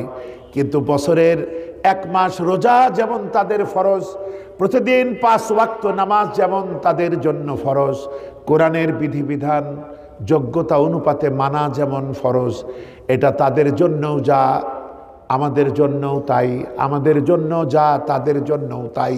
বলেন আলহামদুলিল্লাহ। এজন্য মাকে মূর্খ রাখা যাবে না, তাদেরকে শেখাইতে হবে। বন্ধুগণ, ইসলামের সোনালী যুগে, ইসলামের সেই সোনালী যুগে তখন পুরুষরা তো দূরের কথা, নারীরা পর্যন্ত এই কোরআন থেকে কথা বলেছে। সুবহানাল্লাহ। পুরুষেরাও পারেনি এতখানি, ইতিহাসে এমন পাওয়া যায় না, কিন্তু নারীর কথা পাওয়া যায়। কারণ মেয়েরা সহজে অন্য মনস্ক হয় না, তাদের মনোযোগটা খুব সুন্দর, তারা খুব মনোযোগী হয়। আমরা এক পাতা পড়ি, আবার এদিক ওদিক মন চলে যায়। তারা যেটা পড়ে ভালোভাবে পড়ে, তারা রান্না করে মন দিয়ে, মাঝে মাঝে বাচ্চারা জ্বালাতে চায় তাই, কিন্তু তারা কিন্তু সব কাজ যে কাজে করে তারা মনোযোগ দিয়ে করে। বলেন আলহামদুলিল্লাহ। আমি একটা সোনালী যুগের কাহিনী শোনাই। হযরত আব্দুল্লাহ বিন মুবারক রাহমাতুল্লাহ আলাইহি, যিনি ছিলেন মুহাদ্দিস, মুফাসসির, জগৎ বিখ্যাত আলিম দ্বীন, সাহেবে ইলম, 1000 বছর আগের কথা। অথচ আব্দুল বিন মুবারকের নাম জানে না এমন কোনো আলিম পৃথিবীতে নাই। সুবহানাল্লাহ, এত বড় আলিম। তিনি যে এলাকায় বাস করতেন, তিনি যখন সেই এলাকা ছেড়ে অন্যত্র গেলেন, তখন তার এলাকার ওলামারা তাকে নিয়ে কবিতা রচনা করছিল। ইজা সারা আব্দুল্লাহ মিম্মার উ লাইলাতান সারা আনহা নূরহা ও জামালুহা। আব্দুল্লাহ বিন মুবারক ছিলেন আমাদের এলাকার সৌন্দর্য। তিনি যখন আমাদের এলাকা ছেড়ে হিজরত করে অন্যত্র চলে গেলেন, আমাদের মনে হলো আমাদের এলাকার সৌন্দর্যই চলে গেল। সুবহানাল্লাহ, কত বড় আলিম ছিলেন। ইজা জুকিরাল আখিয়া রুফি বালদাতিন ফাহুম আনজুমুন ওয়া আনতা হিলালুহা। আমাদের আলেমেরা ছিলেন আকাশের পূর্ণিমার চাঁদের মতো, আর আব্দুল্লাহ বিন মুবারক ছিলেন আকাশে এনা। আমাদের ওলামারা ছিলেন আকাশের তারার মতো, আর আব্দুল বিন মুবারক ছিলেন আকাশের পূর্ণিমার চাঁদের মতো। সুবহানাল্লাহ, এত বড় আলিম, হাফেজে হাদিস, হাফেজে কোরআন, কত যোগ্যতা আল্লাহ তাকে দিয়েছিলেন। তিনি হজ করতে গিয়েছেন, হজ করেছেন। এখন হজের পর সাধারণ লোকেরা তো বাড়ি ফেরার জন্য অস্থির হয়ে পড়ে, কিন্তু যারা বেশি আল্লাহ প্রেমিক হন, যারা কোরআন হাদিসের সাধনায় মগ্ন থাকেন, আল্লাহ প্রেমিক, আল্লাহওয়ালা, মুত্তাকি, তারা চায় কাবাকে নিরিবিলি পাইতে। কারণ প্রেম ভালোবাসা হাট বাজারে হয় না, হইচইয়ের মাঝে প্রেম মেলে না। তারা একটা নিরিবিলিভাবে আল্লাহর ঘরে ইবাদত করতে চায়। তাই সবাই বাড়ির দিকে চলে যাচ্ছে, আর আব্দুল বিন মুবারক রাহমাতুল্লাহ আলাইহি কাবার দিকে এগোচ্ছেন। আলহামদুলিল্লাহ। আমার ভাইরা, আমার মা বোনেরা, হযরত আব্দুল্লাহ বিন মুবারক রাহমাতুল্লাহ আলাইহি কাবা শরীফের কাছাকাছি হয়ে দেখতে পেলেন কাবা শরীফের ছায়ায় একজন বৃদ্ধা মহিলা চাদর মুড়ি দিয়ে শুয়ে আছে। তিনি চিন্তা করলেন, এই সময় তো কোনো মহিলা কাবা শরীফে থাকবার কথা না, তাহলে মহিলা কি মারা গেল নাকি? বুঝবার জন্য হযরত আব্দুল্লাহ সালাম দিলেন, আসসালামু আলাইকুম। সালামের জবাব প্রচলিত নিয়মে না হয়ে ওই মহিলা কোরআনে কারিমে সূরা ইয়াসিনের 58 নম্বর আয়াতে কারিমা তেলাওয়াত করে সালামের জবাব দিলেন, সালামুন কাউলাম মির রাব্বির রাহিম। পরওয়ারদিগারের পক্ষ থেকে তোমার উপরে শান্তি বর্ষিত হোক। হযরত আব্দুল্লাহ এরকম জবাব জীবনেও শোনেন নাই, থমকে গেলেন। এরপরে তিনি প্রশ্ন করলেন, আম্মা, হজ শেষ হয়ে গিয়েছে, লোকেরা সব যার যার বাড়িতে চলে যাচ্ছে, আপনি এখানে শুয়ে আছেন কেন? এ প্রশ্নের জবাবে মহিলা কোরআনে কারিমে সূরাতুল আরাফের 186 নম্বর আয়াতে কারিমা থেকে তেলাওয়াত করে এখানে পড়ে থাকার কারণ বর্ণনা করলেন। মাইয়ুদলিলিল্লাহু ফালা হাদিয়া লা। আল্লাহ রাব্বুল আলামিন যদি কাউকে পথহারা করেন, পথভ্রষ্ট করেন, তবে তুমি তার জন্য কোনো পথ পাইতে পারো না। অর্থাৎ মহিলা বলতে চাইলেন, আমি পথ হারিয়ে ফেলেছি, আমাকে এখন আর কে পথ দেখাবে? হযরত আব্দুল্লাহ প্রশ্ন করলেন, আম্মা আপনি কতদিন পর্যন্ত এইভাবে পথহারা অবস্থায় পড়ে আছেন? এ প্রশ্নের জবাবে মহিলা কোরআনে কারিমে সূরা মারিয়ামের 10 নম্বর আয়াতাংশ তেলাওয়াত করে সময়ের কথাটাও বলে দিল। সালাসালা ইয়ালিন সাওয়্যা, 3 দিন 3 রাত চলে গেছে, আমি পথহারা অবস্থায় এখানে পড়ে আছি। হযরত আব্দুল্লাহ প্রশ্ন করলেন, আম্মা এত সময় চলে গেল, ক্ষুধা যখন আপনার লাগে তখন আপনি খাবার কোত্থেকে পান, কি খান তখন? ওই মহিলা তখন কোরআনে কারিমে সূরাতুশ শুআরার ৭৯ নম্বর আয়াত থেকে তেলাওয়াত করে এ প্রশ্নের জবাবও দিয়ে ফেলল। ওয়াল্লাযী হুয়া ইউতঈমুনি ওয়া ইয়াসকিন, তিনি আল্লাহ যিনি আমার পানাহারের ব্যবস্থা করেন। সুবহানাল্লাহ। হযরত আব্দুল্লাহ চিন্তা করলেন, এত বড় জগৎ বিখ্যাত আলিম হয়ে আমি মাতৃভাষায় কথা বলি, আর এই মহিলা কে? একটাও মাতৃভাষা বলে না, প্রতিটি প্রশ্নের জবাবে কোরআনের আয়াতে কারিমা দিয়ে জবাব দেয়। কে এই মহিলা? তিনি এবার প্রশ্ন করলেন, আম্মা আপনার বাড়ি কোথায়? ওই মহিলাই প্রশ্নের জবাব মাতৃভাষায় না দিয়ে কোরআনের ভাষায় বাড়ির লোকেশন বলে দিল। কোরআনে কারিমে সূরা ইসরা, কোরআনে কারিমের 17 নম্বর সূরা, সূরা বানী ইসরাইল এর প্রথম আয়াতখানা তেলাওয়াত করে মহিলা বাড়ির লোকেশন বলে দিল। সুবহানাল্লাযী আসরা বিআবদিহি লাইলাম মিনাল মাসজিদিল হারামি ইলাল মাসজিদিল আকসা, পবিত্র সেই সত্তা যিনি তার বান্দাকে রাতের এক অংশে সফর করিয়েছিলেন মসজিদুল হারাম থেকে মসজিদুল আকসা পর্যন্ত। এই আয়াত পড়ে মহিলা বলতে চাইল, আমি মসজিদুল হারাম বাইতুল্লাহ এসেছিলাম হজ করার জন্য, বাড়ি আমার মসজিদুল আকসার কাছে জেরুজালেমে। সুবহানাল্লাহ।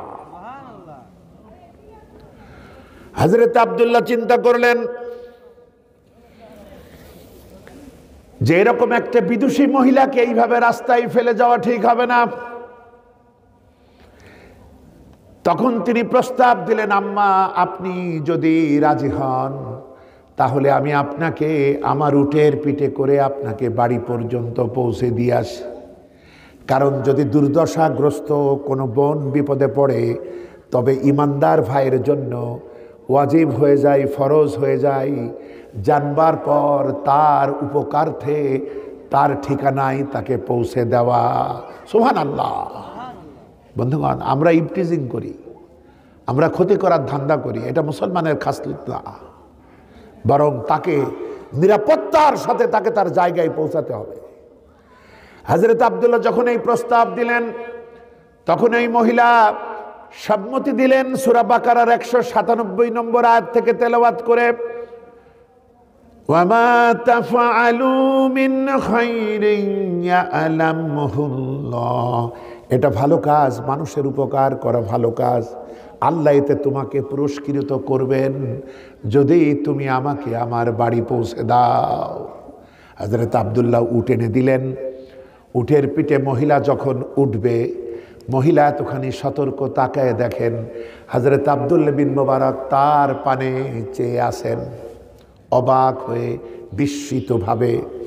মহিলা সঙ্গে সঙ্গে কোরআনে কারিমে সূরা নূর এর 30 নম্বর আয়াতখানা তেলাওয়াত করে মুহাদ্দিসকে সতর্ক করলেন, কুল্লিল মুমিনিনা ইয়াগুদ্দু মিন আবসারিহিম, ও নবী মুমিন পুরুষদেরকে বলে দাও ওরা যেন পরনারী থেকে নিজেদের চক্ষুকে নিম্নগামী করে। অর্থাৎ মহিলা বলতে চাইলো, মুহাদ্দিস তুমি পুরুষ মানুষ, আমি মহিলা মানুষ, উটের পিঠে উঠতে গিয়ে আমি যদি বেসতর হয়ে যাই তুমি কেন আমার পানে তাকিয়ে আসো? আল্লাহর নির্দেশ মোতাবেক তোমার দৃষ্টিকে নিম্নগামী করো। মুহাদ্দিস লজ্জায় শরমে চোখ নিচু করলেন। সুবহানাল্লাহ। উটের দড়ি টানতে টানতে আব্দুল্লাহ বিন মুবারক রাখালের বেশে চলতে থাকলেন দীর্ঘ পথ। কিন্তু মনের ভিতরে একটু কষ্ট আর কৌতূহল, এত বড় আলিম হয়ে আমি মাতৃভাষায় কথা বলি, আর এই মহিলা কি প্রতিটা কথা কোরআন থেকে বলে? কিভাবে বলে দেখি, কোনোভাবে তার মুখ থেকে মাতৃভাষা বার করা যায় নাকি। অবশেষে হযরত আব্দুল্লাহ প্রশ্ন করলেন, আম্মা আপনার কি কোনো সন্তানাদি আছে নাকি? এই প্রশ্নের জবাবে মহিলা কোরআনে কারীমে সূরাতুল কাহফের 46 নম্বর আয়াতখানা তেলাওয়াত করে সন্তানদের কথাও বলে দিল। আল মালু ওয়াল বানুনা যিনাতুল হায়াতিদ দুনিয়া। সন্তান এবং ধন সম্পদ এটা জীবনের সুখ এবং সৌন্দর্য। আল্লাহ এর থেকে আমাকে বঞ্চিত করেন নাই, অর্থাৎ আমার সন্তান আছে। হযরত আব্দুল্লাহ বলছেন, আম্মা সন্তানদের নাম কি? এই যে আমরা যেসব হাবিজাবি নাম রাখি, হযরতে আব্দুল্লাহ বিন মুবারকের ধারণা মহিলাও যদি উল্টাপাল্টা নাম রাখে তাহলে তো কোরআন থেকে বলতে পারবে না। দেখি এবার মাতৃভাষায় কথা বলে নাকি। ওই মহিলা আগে থেকেই তা ঠিক করে রেখেছে। কত বড় বিদুষী মহিলা, কত বড় আল্লাহওয়ালা মহিলা, কত বড় ইমানদার মোমেনা মুত্তাকি মহিলা। চিন্তা করুন, ওই মহিলা যথাক্রমে কোরআনে কারীমের 3খানা আয়াতের অংশ বিশেষ তেলাওয়াত করে সন্তানদের নাম ঘোষণা করলো। ইয়া ইয়াহইয়া খুযিল কিতাবা বিকুওয়া ওয়াত্তাখাযাল্লাহু ইব্রাহিমা খলীলা ওয়া কাল্লামাল্লাহু মূসা তাকলীমা।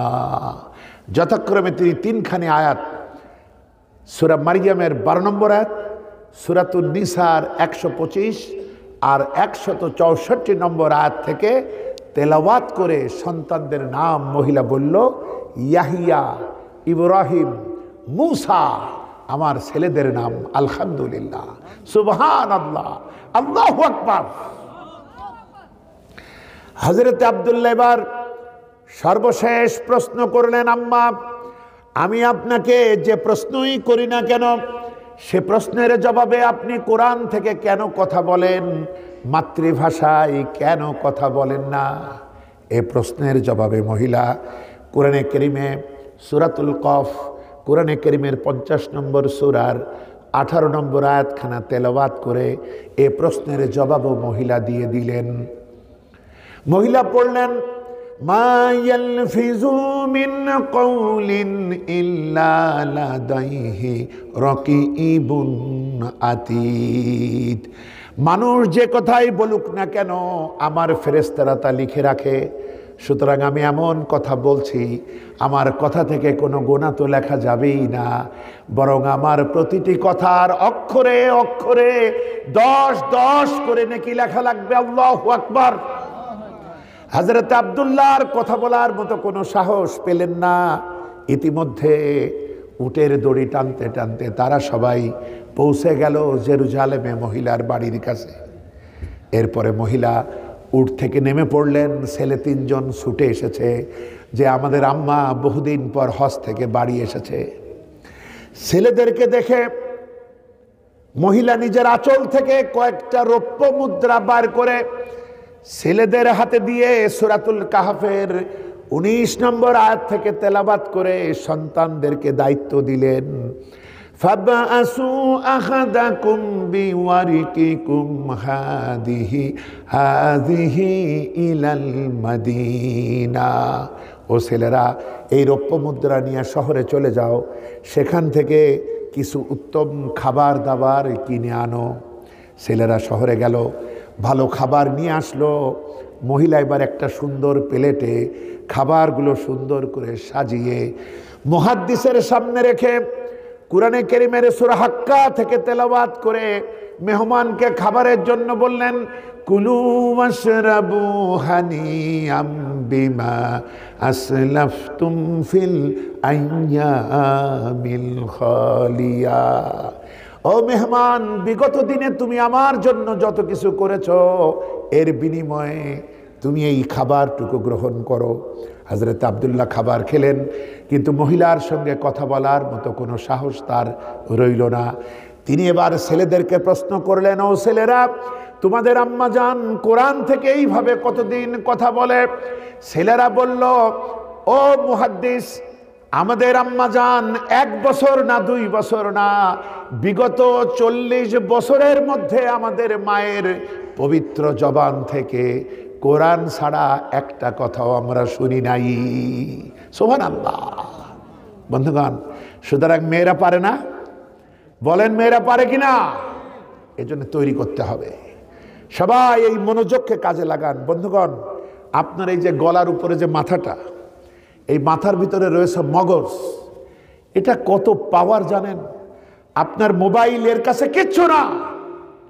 পৃথিবীর যে কম্পিউটারগুলো দেখেন, এগুলো খেলনা কম্পিউটার। আসল কম্পিউটার ব্যবহার করে তারা, ওই যে ওরা যারা সারা বিশ্বকে ধ্বংস করতে চায়, যারা মানবাধিকারের নামে দানবাধিকার দিতে চায়, ওদের কাছে যে কম্পিউটার আছে ওইটাকে বলে সুপার কম্পিউটার। ওই কম্পিউটারের যে মেমোরি, যে শক্তি, যে ধারণ ক্ষমতা, ওই রকম 10 লক্ষ সুপার কম্পিউটারের চাইতে বেশি শক্তি সম্পন্ন আমার আপনার মাথার মগজটা। আল্লাহু আকবার। সারা পৃথিবীর যত কেতাবাদি আছে সব যদি কেউ নিজের মেমোরিতে নেয়, তারপরও এই মগজটাকে 1 লক্ষ ভাগ করলে শুধু 1 ভাগ ভর্তি হবে, বাকি সবটুকু খালি। সুবহানাল্লাহ। আল্লাহ কি দিয়েছে, আমরা আজকে কি করছি? বন্ধুগণ, আমরা তো কিছুই জানি না। একটা জায়গায় পড়লাম, জ্ঞানীদের অবস্থা কি, জ্ঞানীরা বুঝতে পারে আমি আসলে জানি না, আর যে মূর্খ সে মনে করে আমি সব জানি। শেখ সাদি রহমতুল্লাহ আলাইহে, তিনি বেঁচে ছিলেন 120 বছর। জীবনের শেষ ভাগে এসে বলছেন, সারা জীবন বুঝিলাম এটাই যে কিছুই বুঝলাম না। নিউটন অত বড় বিজ্ঞানী, তিনি বলছেন জীবনের শেষ ভাগে সারা জীবন ধরে সমুদ্রের ধারে যে বালুকণা আছে তাই নিয়ে নাড়াচাড়া করলাম, সামনের বিশাল পানি রাশির কিছুই আয়ত্ত করতে পারলাম না। সুবহানাল্লাহ। আমাদের এর জন্য জবাব দিতে হবে না? আমাদের প্রয়োজনীয় জ্ঞানগুলো অর্জন করে নিই।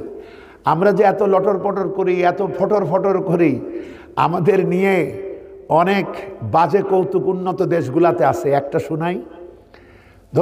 ধরুন আমেরিকা, সেখানে একজন বিজ্ঞানী, বয়স 70 বছর, কিন্তু তার শারীরিক কাঠামো অনুযায়ী সে আরও বাঁচার সম্ভাবনা মনে করল, কিন্তু দীর্ঘদিন গবেষণা করে করে মেমোরি সেল দুর্বল হয়ে গেল। এই যে যারা বেশি মোবাইলে কথা বলেন, এখন বয়সকালে মনে হয় না, কিছুক্ষণ আগে কে যেন ফোন দিয়েছিল মনে করতে পারি না। মানে রেডিয়েশন মোবাইলের, এটা আমাদের ব্রেন সেলকে ক্ষতিগ্রস্ত করে। তো ওই রকম একটা বয়স, একটা সাধনা, এর মাধ্যমে তার স্মৃতিশক্তি কম হয়ে গেল, কিন্তু তিনি চান আরও কাজ করে জাতিকে কিছু দেব। তখন তিনি ব্রেন স্পেশালিস্টের কাছে গেলেন। সেখান থেকে ডাক্তাররা পরীক্ষা করে বলল, আপনার এই ব্রেন অকেজো, এখন আপনাকে নতুন একটা ব্রেন লাগাইতে হবে। তো এটা কোথায় পাবো? বলছে ব্রেন ব্যাংকে যান, সেখানে ভালো ভালো ব্রেন আছে, ওখান থেকে একটা পছন্দ মতো নিয়ে আসেন। তিনি গেলেন, শোকেসে দাম লেখা আছে যে এইটা বাংলাদেশি ব্রেন, এইটা জাপানি ব্রেন, এইটা চায়না ব্রেন, এইটা আমেরিকান ব্রেন, এরকম সাজানো আছে, দাম লেখা আছে। তিনি ভালো করে দেখছেন কোন ব্রেনটা বেশি শক্তিশালী। দেখতে দেখতে দেখলেন সবচেয়ে কম দাম হলো জাপানি ব্রেন, আর সব থেকে বেশি দাম হলো বাংলাদেশি ব্রেন। আমার হুজুর বলেছে সুবহানাল্লাহ। চিন্তা করেন, তখন উনি বলছে কি, বাংলাদেশিরা ঝগড়া ঝাঁটি মারামারি ছাড়া তো কিছুই করে না, ওদের ব্রেনের এত দাম কেন? আর জাপানি, আমরা তাদেরকে যে বোম্বিং করলাম, এরপরেও তারা আজ মাজা সোজা করে দাঁড়িয়ে গেছে, ঠিক না ভাই? তাহলে ওদের ব্রেনের দাম কম আর বাঙালিদের ব্রেনের দাম এত বেশি কেন? লোকটা জানতে চাইল। দোকানদার বলল, কারণ হলো জাপানি ব্রেনটা বহুবার ব্যবহার হয়েছে, এজন্য ওর মেমোরি সেল নষ্ট হয়েছে, ওর দাম কম। আর এই যে বাঙালি ব্রেন, এটা এখনো কাজেই লাগাই নাই, এটা জেনুইন, আনকোরা, টাটকা, নতুন, নিউ, এটা একেবারে ঠিকঠাক আছে, এই জন্য এর দাম বেশি। আমার কথা বুঝেছেন আপনারা? কি নির্মম কৌতুক, আমরা কাজে লাগাই নাই। বন্ধুগণ, আল্লাহর মেহেরবানি, আমরা একজন প্রধান উপদেষ্টা মহোদয় পেয়েছি, যার জীবনের বায়োডাটা 45 পৃষ্ঠা, সারা বিশ্বব্যাপী সকল নামি দামি পুরস্কার তিনি পেয়েছেন। আমরা দুর্বল, কিন্তু আমরা একজন প্রধান উপদেষ্টা পাইছি যাকে চেনে সারা পৃথিবী, ঠিক কিনা বলেন?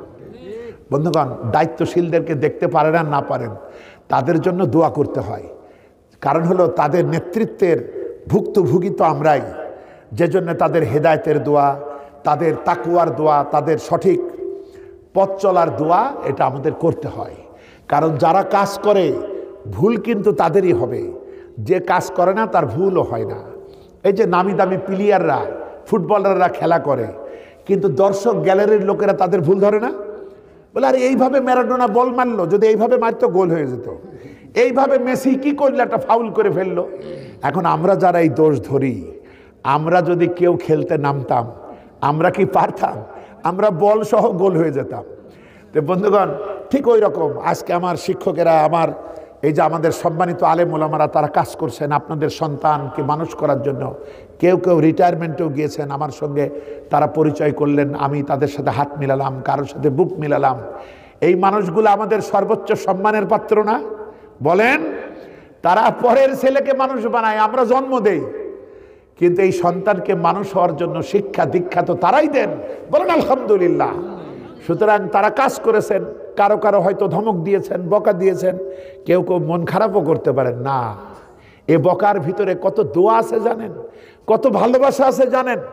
সুতরাং বন্ধুগণ, শিক্ষা, এই শিক্ষা ব্যবস্থার সংস্কার যদি ঠিকমতো হয়, গোটা জাতি যদি তার সৃষ্টির উদ্দেশ্য খেলাফত বোঝে, তার জীবনের উদ্দেশ্য ইবাদত বোঝে, তাহলে দেশে আর দুর্নীতি হবে নাকি ভাই?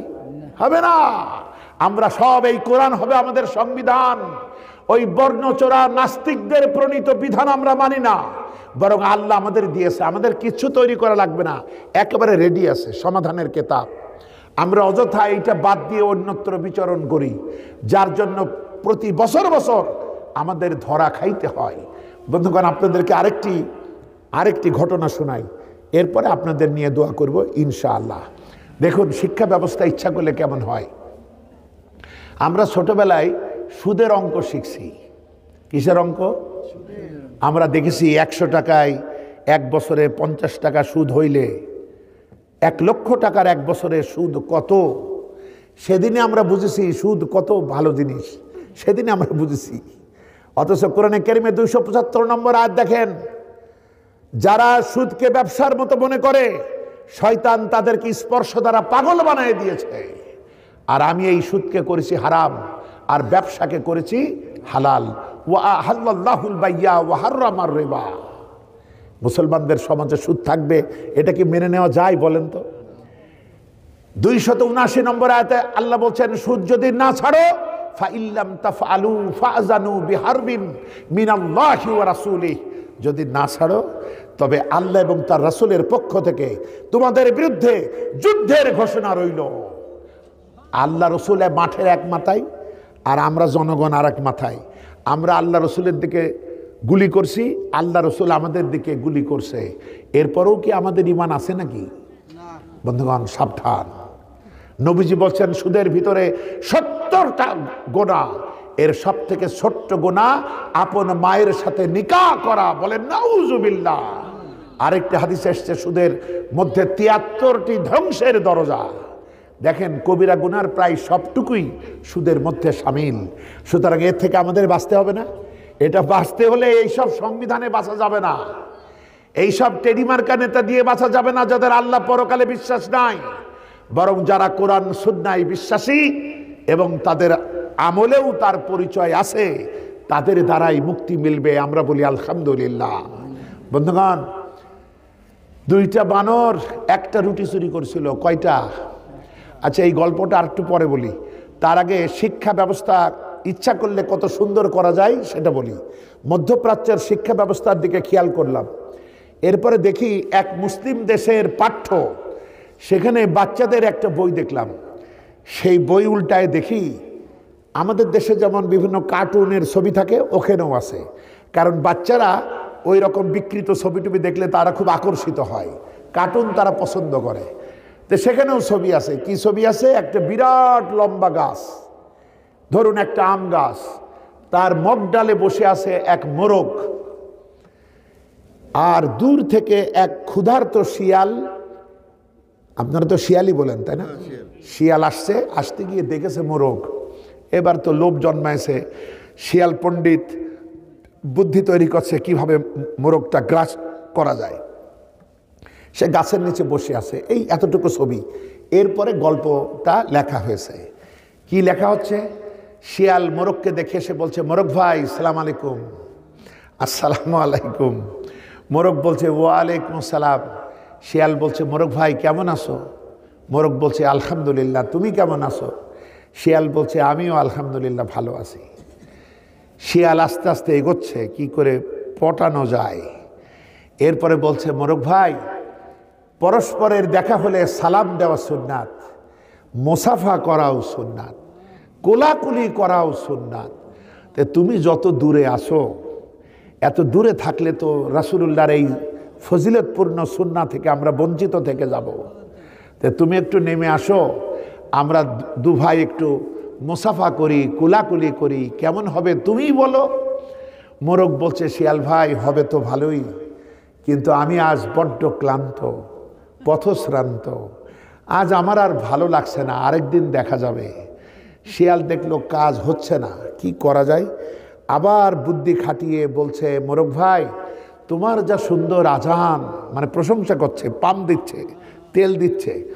বলছে তোমার যা সুন্দর আজান, কতদিন তোমার ওই আজান শুনি নাই, দিলটা খা খা করছে, তুমি একটু আজান দাও না, দিলটা জোড়াই। মোরগ বলছে, শিয়াল ভাই আজান তো যখন তখন দিলে হবে না, আজান দিতে হলে নামাজের ওয়াক্ত হওয়া লাগে। তখন শিয়াল দেখলো মুশকিল, একটাই উপায়, সেটা এখন সবর অবলম্বন করা। শিয়াল তখন বলছে, মোরগ ভাই আল্লাহ তো সবরকারীকে ভালোবাসেন, সুতরাং আমি নামাজের ওয়াক্ত পর্যন্ত সবর অবলম্বন করলাম। শিয়াল পণ্ডিত জিহ্বা বাইর করে বসে আছে। এরপরে নামাজের ওয়াক্ত হলো, মোরগ আর কি করবে, বেচারা আজান দিল। এইবার শিয়াল বলল, মোরগ ভাই আজান দিলেই তো শুধু হবে না, আমাদের তো নামাজ পড়তে হবে। তো নামাজ তো একা একা পড়লে তেমন সওয়াব নাই, অল্প সওয়াব, সুতরাং জামাতের সাথে নামাজ পড়লে 27 গুণ সওয়াব। তো তুমি ওখানে থাকলে জামাত হবে কিভাবে? নেমে এসো না, তাড়াতাড়ি নামাজ পড়ি আউয়াল ওয়াক্তে, বহু সওয়াব হবে।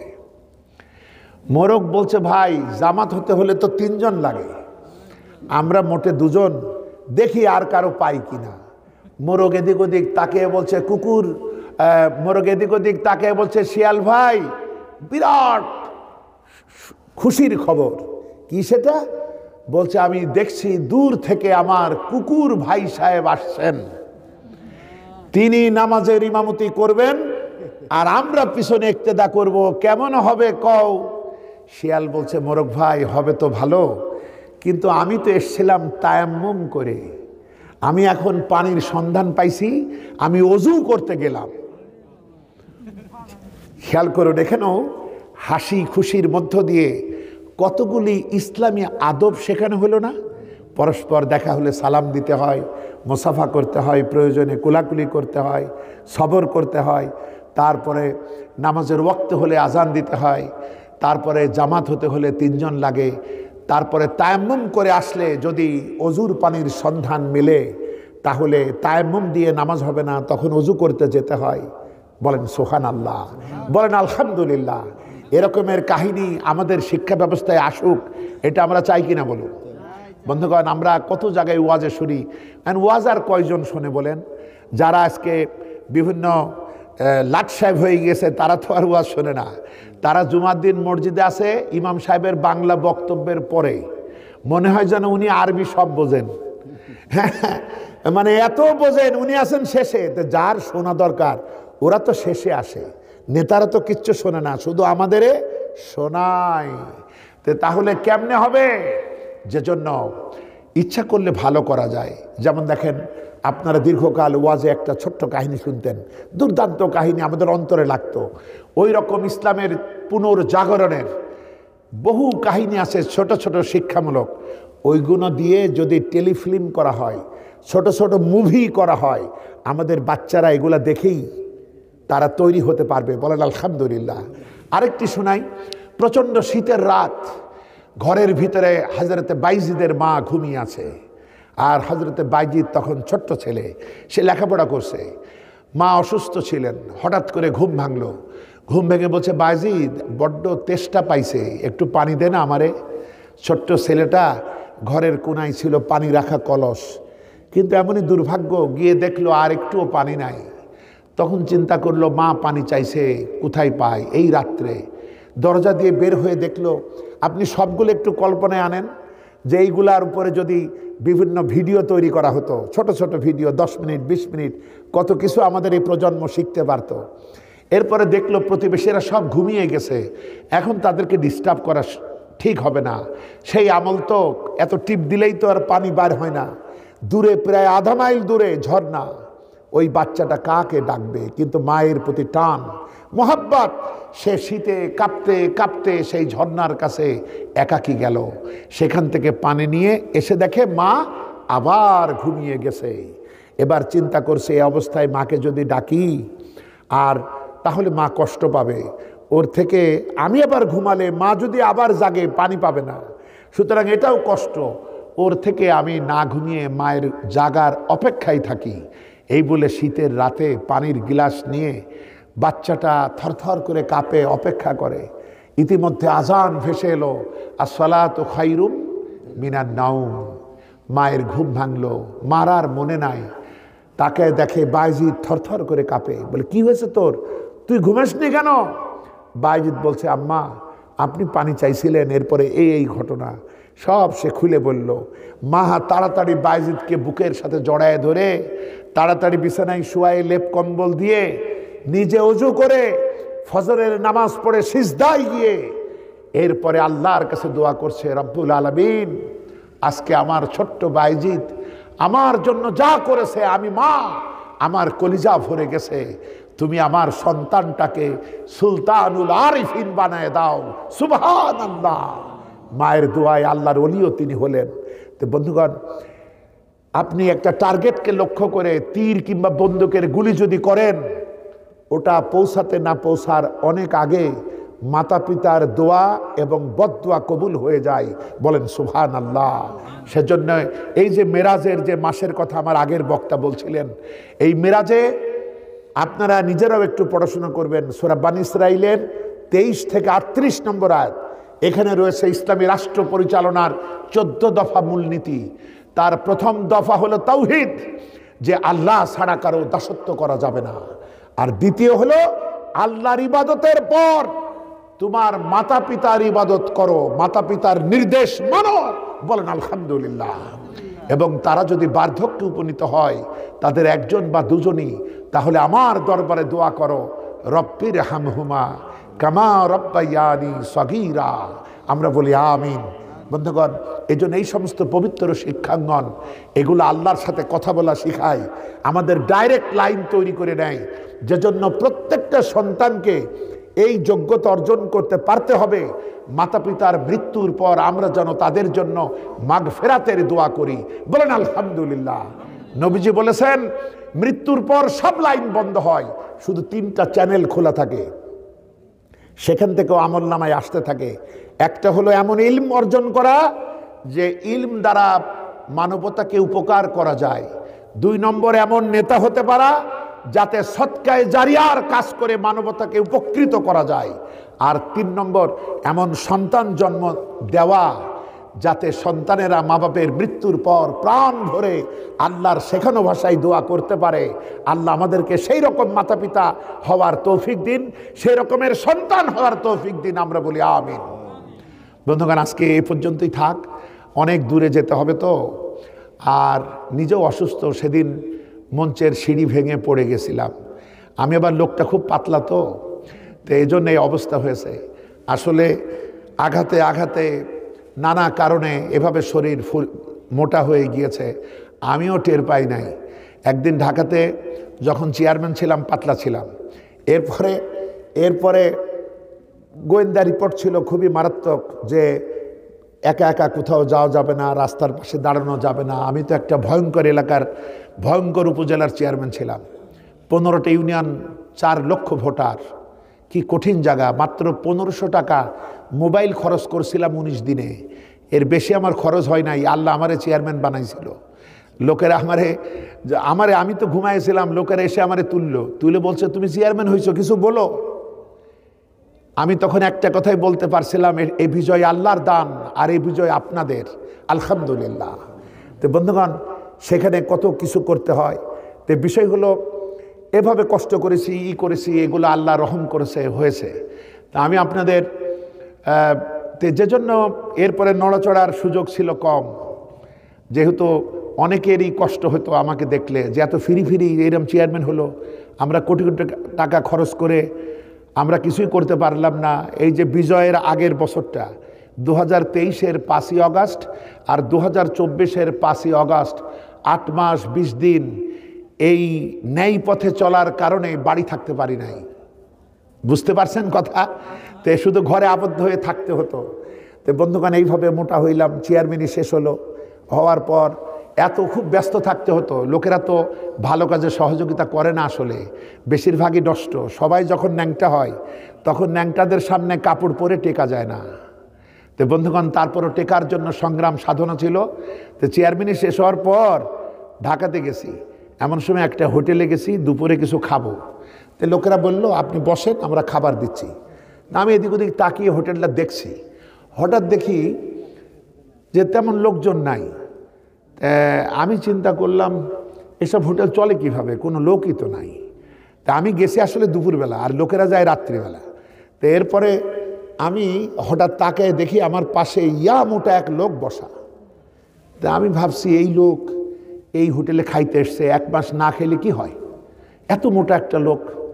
এরপরে তাকে দেখি আমার পাশে আসলে আয়না, আর ওই লোকটা হলাম আমি। আমি দেখি সর্বনাশ, আমি মোটা হয়েছি কত, এখন আমি কি করি। আমি খুব মন খারাপ হলাম, বললাম ভাই এই সবজি তরকারি ছাড়া আর আমারে কিছু দিও না। আপনাদের প্রিন্সিপাল সাহেব আমারে অনেক কিছু খাওয়াইতে চাইছিলেন, তার ভিতরে আমি মাছকে বেশি পছন্দ করছিলাম। আমি সেইটা পরাণ ভরে খাইছি, আলহামদুলিল্লাহ। তো যাই হোক, শেষ কথা বলতে চাইছিলাম একটা গল্প। তো বিষয় হলো অনেক দূর থেকে আসছি তো, কোথায় ছাতক, সেখান থেকে আর এই কুয়াশা ঘেরা আবহাওয়া, অনেক কষ্ট। তারপরে 3 ঘন্টা বিমান লেট, তারপরে এসে উঠলাম সৈয়দপুর, ওখান থেকে গাড়ি নিয়ে এলাম, আবার চলে যাব কালকে চিটাগাং মাহফিল। তো এবার মাহফিল তো আসলে লুটতরাজ, মানে কাড়াকাড়ি পড়ে গেছে, এমন অবস্থা। তাড়াহুড়া করে ডেট দিতে গিয়ে টের পাই নাই, তাকে দেখি এ মাথা ও মাথা, এ মাথা ও মাথা, কি যে কষ্ট হচ্ছে আর কিভাবে পথ খরচ কল্পনাও করা যায় না। তো এই জন্য কষ্ট হচ্ছে। আসলাম 4 ঘন্টায়, আশা করছি যদি কুয়াশা তেমন না থাকে, রাস্তা যদি ক্লিয়ার থাকে, তাও তো 3 ঘন্টা লাগবে। তাহলে পৌঁছাবো কখন আর ঘুমাবো কখন, কাল আবার রওনা হব কিভাবে, আবার ফজরের নামাজও তো আছে। তো বন্ধুগণ, সর্বশেষ কথা বলি যে 2টা বানর একটা রুটি চুরি করছিল। বলুন তো কয়টা রুটি? বানর কয়টা? 2টা। তারা চিন্তা করলো একটা নিরপেক্ষ লোক দিয়ে আমরা ভাগ করে নেই। কেউ কারো বিশ্বাস করছে না যে ওর দিলে হয়তো বেশি খাবে। এরপরে তারা তাদের জাত ভাই, বড় ভাই হনুমানজির কাছে গেল, যে বলল মিয়া ভাই, আমরা দুজন ক্ষুধার্ত অবস্থায় কষ্ট করে একটা রুটি চুরি করছি, আপনি একটু ভাগ করে দেন না। হনুমান বলল তোমরা জায়গা মতোই আসছো, দাও। সে আস্তে করে কামড় দেয় আর আস্তে করে ঢুকায় দেয় এই মহাপবিত্র বিশ্ব গোডাউন মাইজ ভান্ডার শরীফ। এটা হলো মাঝের ভান্ডার, এই জন্য বললাম মাইজ ভান্ডার শরীফ। সব রুটি শেষ। দুই বানর কাঁদে আর বলে, মিয়া ভাই এটা কি করলেন? বলছে যুক্তিপূর্ণ কাজ করছি। বলে তার মানে তোদের পেট বড় না আমার পেট? বলছে আপনার পেট বড়। বলছে তাহলে তোদের ছোট্ট পেট ভরতে আধা রুটি লাগে, আর আমার পেট ভরতে বলছে একটা রুটি লাগে। আমি তো যুক্তিপূর্ণ কাজ করছি। এখন এই ছোট্ট গল্প, কিন্তু শিক্ষাটা কি? বানরেরা ঠকলো কেন? বানরেরা ঠকলো এজন্য, বানরেরা তাদের রুটি রুজি ভাগের দায়িত্ব দিল এমন এক ব্যক্তির কাছে যার পেট বানরের চাইতে বড়। আজকে বিশ্ব মানবতা এতদিন ঠকছে কেন? কারণ বিশ্বের লোকেরা যাদের হাতে নেতৃত্ব ক্ষমতা দেয় তাদের পেট জনগণের চাইতে বড়। বানরেরা ঠকবে না, ঠকতো না যদি বানরেরা এমন কারো হাতে নেতৃত্ব, কর্তৃত্ব, শাসনভার দিতে পারত যার পেট নাই, তাহলে ঠকতো নাকি? পেট নাই একজন আল্লাহুস সামাদ, আল্লাহর কোনো অভাব নাই, তার কোনো ক্ষুধা নাই, তার কোনো প্রয়োজন নাই। বিশ্ব মানবতা যদি সেই মহামনিবের কাছে সারেন্ডার করতে পারে এবং এই আইনে যারা বিশ্বাসী তাদের হাতে যদি নিজেদের ক্ষমতার নেতৃত্ব আর কর্তৃত্ব দিতে পারে, তাহলে এই জগৎ আবার জান্নাতের টুকরাই খোলাফায়ে রাশেদার রাজত্ব কায়েম হতে পারে। বলেন আলহামদুলিল্লাহ। আল্লাহ আমাদেরকে সুমতি দিন, আমাদের প্রতি রহম করুন, সাহায্য করুন। আমরা বলি আমিন।